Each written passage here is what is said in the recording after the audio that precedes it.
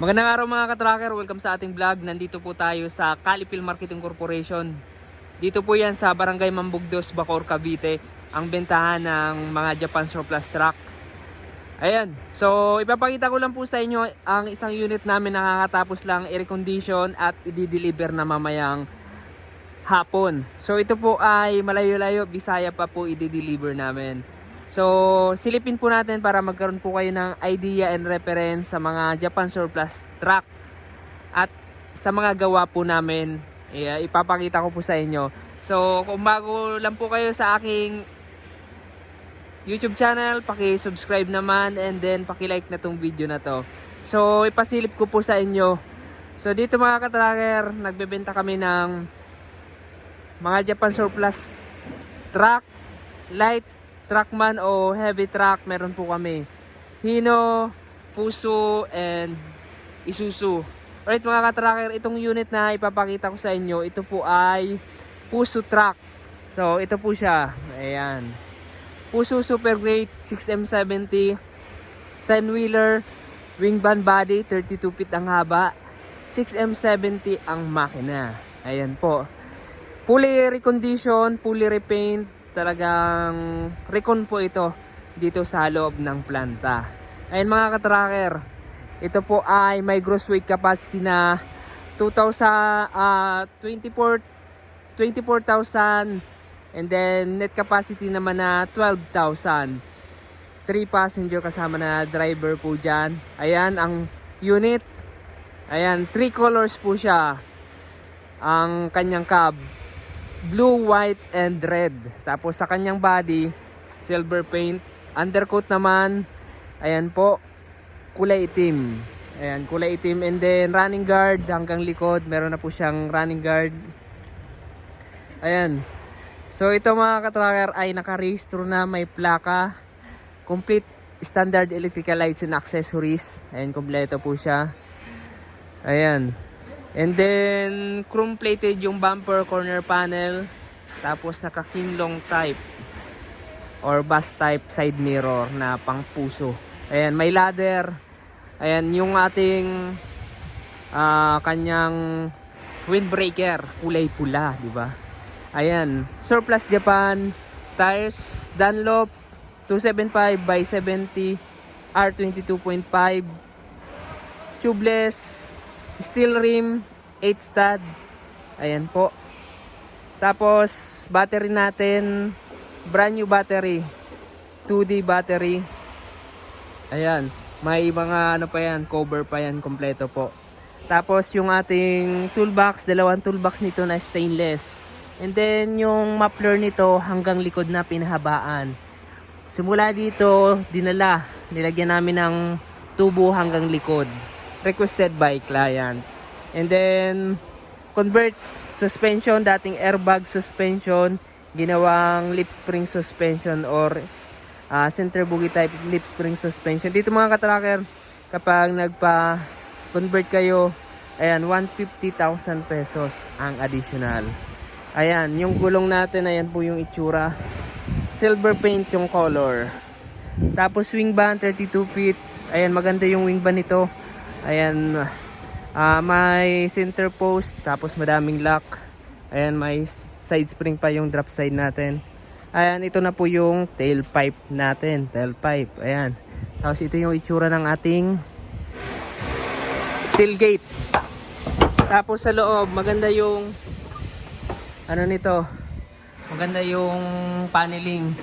Ayan, aluminum yung paneling sa ceiling, tapos plywood sa magkabilang wing, and then steel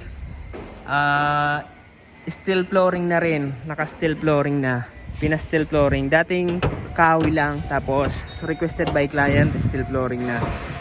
Ayan po, lock na natin. Yung mga lock natin, may ano pa yan, fabricated key, pinagawa namin ng fabricated key. May ayan, M4 type clearance light, chassis, solid yung chassis niyan, sariwa po yan. Ayan, ito yung wing van motor, tapaludo natin stainless, yung pagkakagawa ng molya natin maayos yan. Tapos itong dalawang, ito pa sa kabilaan yung toolbox niya. And then dalawa rin yung kanyang fuel tank. Dalawa yung fuel tank. Pwede pang malayuan. Tapos ayan, clearance light natin sa taas, kumpleto. Naka LED clearance light na. Ayan, ang makina po niya ay 6M70, 6 cylinder straight.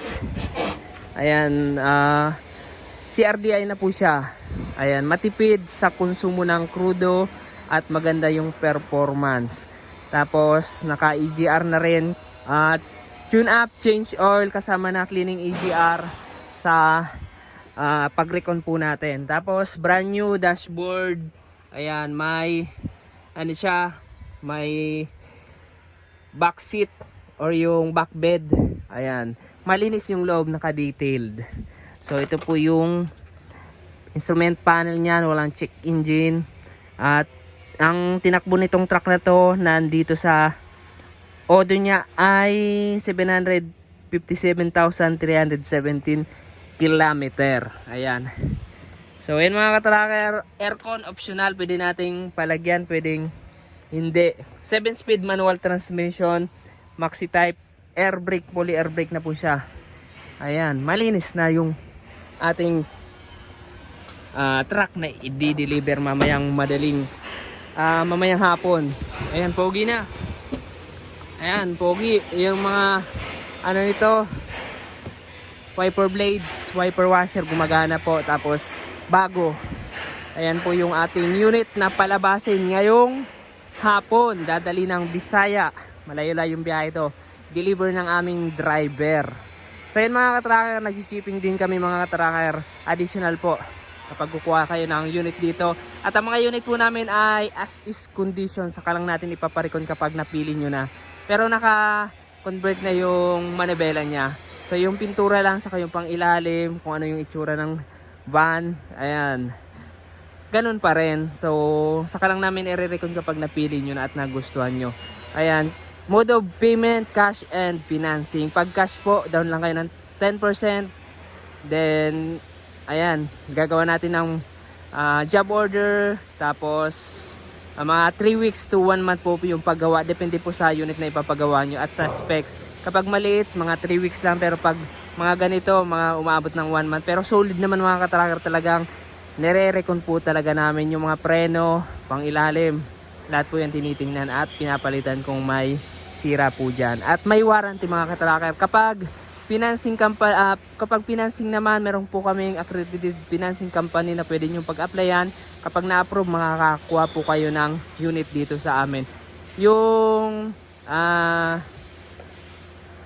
depende po yung magiging monthly, and then down payment nyo or yung yung loanable amount, depende po sa approval ng financing. So yan mga ka-tracker, meron lang kaming requirements, 3 latest bank statement, tapos DTI, business permit, valid ID, and then yung application form. Yan mga ka-tracker.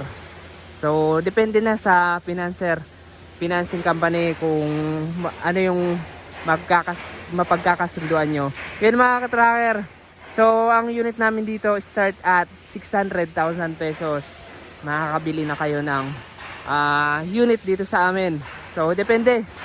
Kung assist, mas mababa. Yan mga ka-tracker, recon to. Ang ganitong unit ay nagre-range ng 1.9M. Ganito na, converted na. Recon na.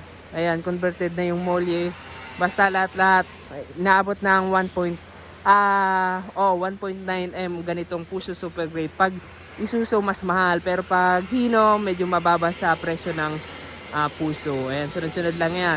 So kung naghanap kayo, dito lang yan sa Barangay Mambugdos, Bacoor, Cavite. Ayan, hanapin nyo lang ako at pakipalo ng aking FB page, Tracker Moto. Kung nagustuhan nyo itong video na to, paki-like, share, and mag-subscribe na kung hindi pa nakaka-subscribe. Maraming salamat. God bless. Bye-bye. Shoutout sa mga taga-Cali dyan. Shoutout kay Sir Elan ng Guapolis ng Taguig. Ayan, shoutout.